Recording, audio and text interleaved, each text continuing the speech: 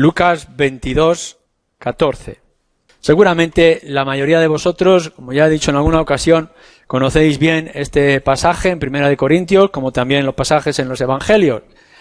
Y seguramente ya habéis pensado, meditado, ya habéis escuchado acerca de todo lo que esto implica y todo lo que significa.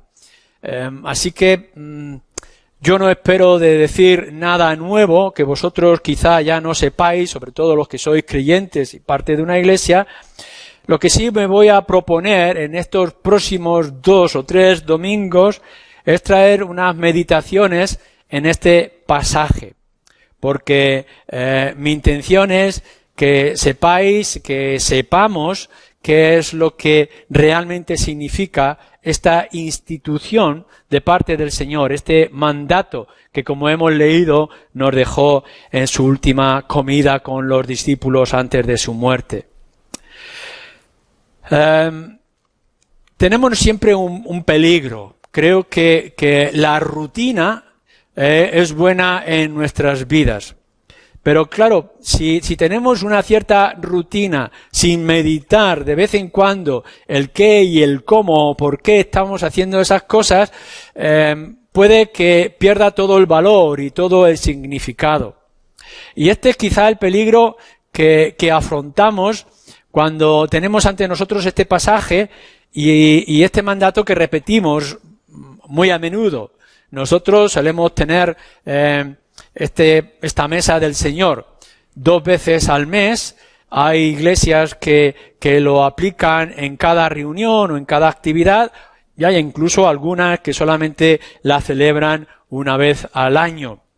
Aún así, el que este sea un ritual, entre comillas, evangélico o cristiano, corre el peligro de que pierda el valor y simplemente lo hagamos porque se nos manda a hacerlo.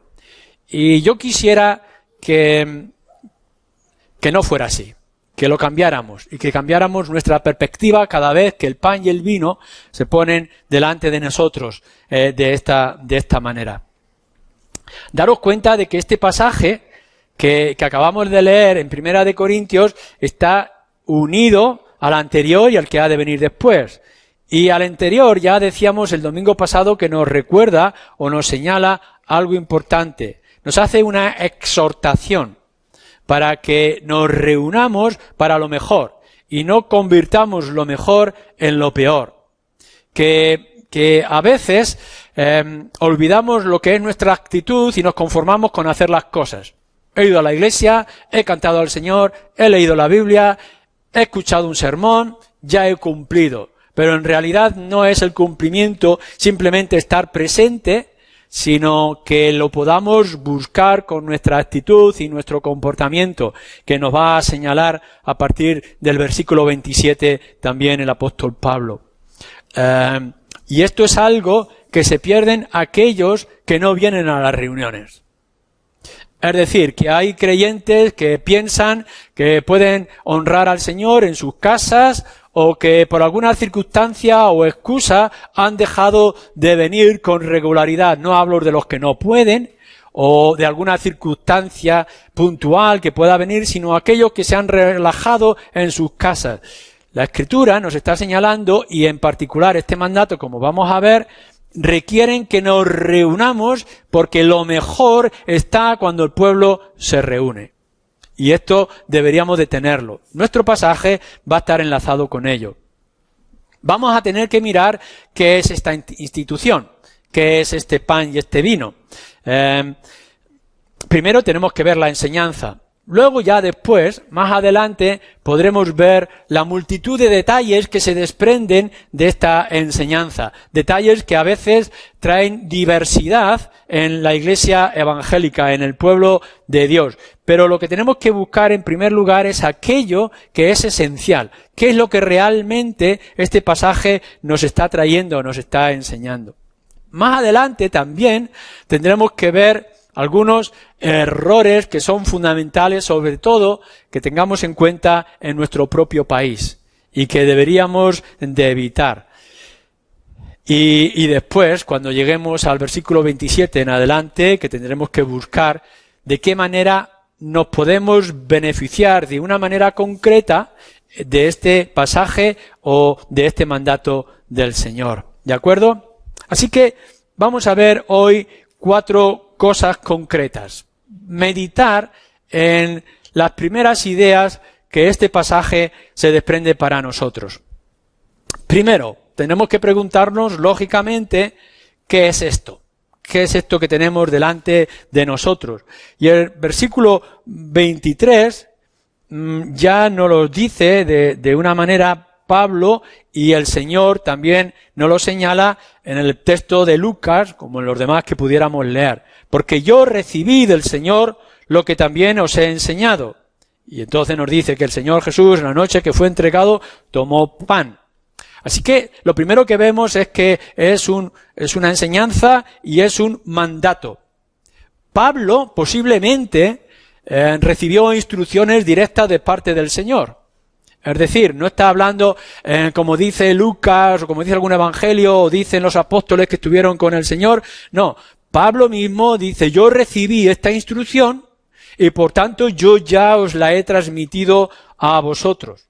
O sea que ya no únicamente vosotros podéis leer que es un mandato que debemos de recordar o repetir en nuestras vidas porque lo dice el Señor en esa última cena, sino que podemos ver que Pablo mismo ha recibido instrucciones para que lo pueda enseñar también en las diferentes iglesias y lugares.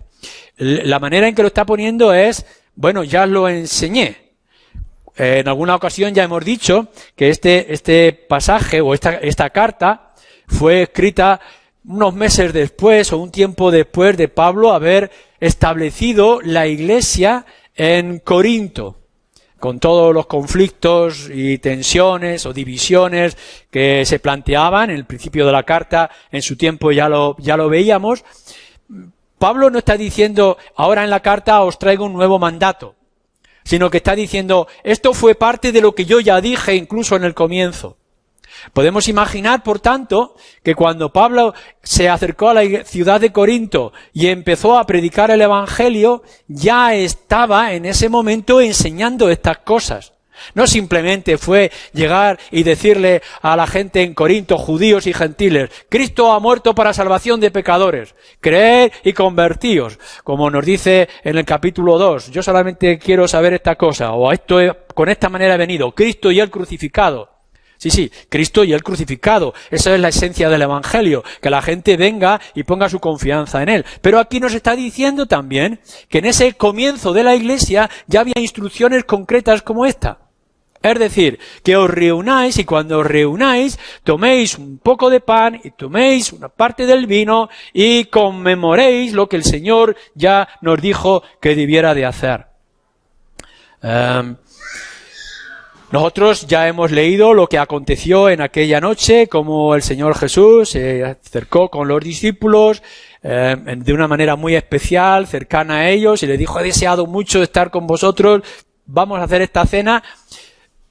El Evangelio de Juan nos dice, desde el capítulo 13 de su Evangelio, que hay un montón de instrucciones. Es el Evangelio más extenso con respecto a aquella noche concreta. Y cuando leáis el capítulo 13, 14, 15, 16, 17, etcétera, ahí podéis ver cuántas cosas acontecieron en aquel momento. Pero fue Mateo, Marcos y Lucas quienes establecen que después de la cena tomó un poco de pan y tomó la copa de vino y dándoselo a los discípulos tomaron, y que eso nosotros debemos de repetirlo. No somos llamados a cambiar nada de lo que se nos dijo, sencillamente tenemos que tomar lo que nos ha dicho que repitamos. Pero es necesario que enfaticemos que esto no es un entretenimiento, no es un adorno, no es algo circunstancial que pueda venir, sino que es algo que nosotros debemos de hacer porque es un mandato. Y lo tenemos que tomar para nosotros. No es el momento de que ahora hablemos de la frecuencia, de cómo debemos de tomarlo, o estas circunstancias, ya lo veremos más adelante cuando veamos lo esencial. La La Iglesia evangélica tiene dos instituciones que reconocemos a la luz de las Escrituras, no como la Iglesia católica, que tiene 7, que no vemos que sea un mandato directo que la Iglesia tenga que repetir. Es el bautismo y es la cena del Señor o la mesa del Señor, el pan y el vino. Todo lo demás, claro que sí, los cristianos se tienen que casar y que tenemos que a lo largo de nuestra vida confirmar nuestra fe, etcétera. Pero todo lo que tenga que ver con el sacerdocio, Hebreos lo elimina y otros elementos. Nosotros hemos recibido dos instituciones claras, que es que los que se conviertan, se bauticen en el nombre de Jesús, en el nombre del Padre, y del Hijo y del Espíritu Santo, y que cuando nos reunamos podamos tener la oportunidad, con pan y con vino, de recordar la obra de nuestro Señor Jesucristo. Estas son dos obligaciones que estamos obligados a guardar todos los creyentes. Cuando veas esto, tienes que recordar que es un mandato que tienes que cumplir y que tienes que guardar. Ahora bien, en este primer punto de meditación, yo quiero que te hagas la pregunta o las preguntas concretas. ¿Cuánto tiempo hace que no has tomado el pan y el vino? No solamente para los que estáis aquí, sino para aquellos que están siguiéndonos a través de las redes. ¿Cuánto tiempo hace que no has obedecido este mandato? ¿Cuántas veces o cuánto tiempo hace que tú has visto que esto es un mandato que tienes que hacer, pero que en realidad pueden haber pasado meses o incluso, desgraciadamente, años donde tú no has obedecido este mandato? No está diciendo, no se nos enseña, bueno, si os apetece, si veis la oportunidad, si es conveniente, si queda un poco de tiempo en vuestras reuniones, pues tomar pan y el vino. No, cuando os reunáis con este pan y este vino, la muerte del Señor anunciáis. ¿Cuánto tiempo hace que lo haces? O que no lo haces. Y si no lo haces, si no obedeces este mandato, ¿por qué? ¿Estás esforzándote en corregir ese defecto en tu vida? Es decir, no han pasado meses, han pasado más tiempo quizá que no me he reunido con el pueblo de Dios para celebrar esta memoria con pan y con vino. Bueno, ¿por qué no lo haces? ¿Y cómo vas a corregir esa situación? ¿O crees que las excusas que tienes son válidas? Yo entiendo que algunos puedan tener debilidad de cuerpo o cansancio, otros conflictos familiares y situaciones, etcétera. Pero la Escritura nos dice, pueblo de Dios, reuniros y celebrar el pan y el vino. Y quizá alguno de vosotros no lo ha hecho o no lo hace de la manera regular. Por tanto, de alguna forma, estar desobedeciendo lo que está diciendo las Escrituras. Y si lo haces, ¿cómo te preparas? ¿Cuál es tu disposición?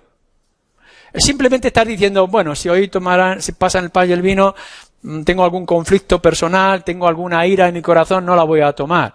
O bueno, la tomo y no pasa nada. No, es un mandato del Señor. ¿Qué actitud tienes ante la obediencia del mandato del Señor? ¿Vienes a la obediencia de la palabra con corazón alegre, con predisposición, arreglando, quitando todos los obstáculos que pueda haber, o con dejadez y con indiferencia? Claro que yo no puedo mirar el corazón, y nos lo va a decir más adelante. Yo no puedo analizar si tú eres digno o no de tomar el pan y el vino, o si estás preparado o no estás preparado. Tú lo tienes que analizar, lo tienes que mirar en tu corazón, pero es un mandato del Señor y lo tendremos que hacer de la manera que el Señor requiera que debamos de hacerlo. Acordaros que en esa última cena hubo un traidor. Segundo, ¿de dónde viene esta situación, o este mandato, o esta institución? Es curioso la manera en que se nos nombra o se nos define en diferentes lugares. Si miráis en el versículo 20, creo que es 20, dice 11:20, cuando pues os reunís vosotros, esto no es comer la cena del Señor. Y está hablando, hay una comida especial, pero esta acción que tenemos aquí definida a partir del versículo 23 es llamada como la cena del Señor. No es que nosotros la tengamos que hacer por la tarde o por la noche como si fuera una cena, sino que recordamos que fue en la última cena de nuestro Señor antes de su muerte, en la fiesta de la Pascua. En el versículo 24 se nos habla ya de como un memorial, en memoria de mí.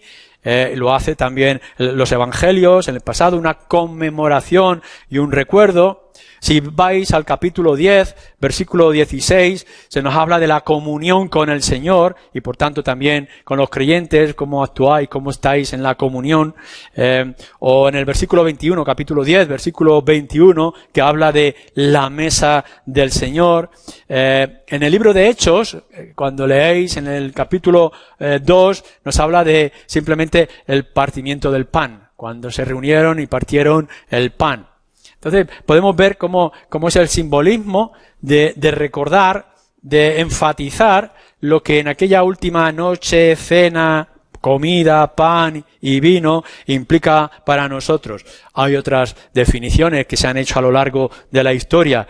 No importa cómo nosotros lo definimos, sino que lo que nos hace es transportarnos a ese momento especial. Antes de que nuestro Señor Jesucristo fuera clavado en la cruz, ya estaba ahí celebrando y esperando. Daros cuenta de que esta cena del Señor es la última noche antes de su Calvario y antes de su muerte, y que es parte de una fiesta. La fiesta de los panes sin levadura, y que era parte de la fiesta de la Pascua. En otro momento ya miraremos cuando hablemos del nuevo pacto en su sangre, pero esto nos recuerda el tiempo de Israel cuando es esclavo en Egipto y de pronto le dice Dios a Moisés: prepárate porque te voy a dar la liberación. Vas a sacrificar un cordero, con su sangre vas a marcar los dinteles de tu puerta, tomarás este cordero con las familias reunidas de una manera especial y a partir de ahí yo voy a dar liberación porque vosotros los creyentes o el pueblo mío no sufrirá muerte de los primogénitos, pero en cambio en Egipto los que no hayan cumplido, como no sean parte de este pacto, sufrirán la muerte de los primogénitos. Y aquello que es una fiesta requería la muerte de un cordero.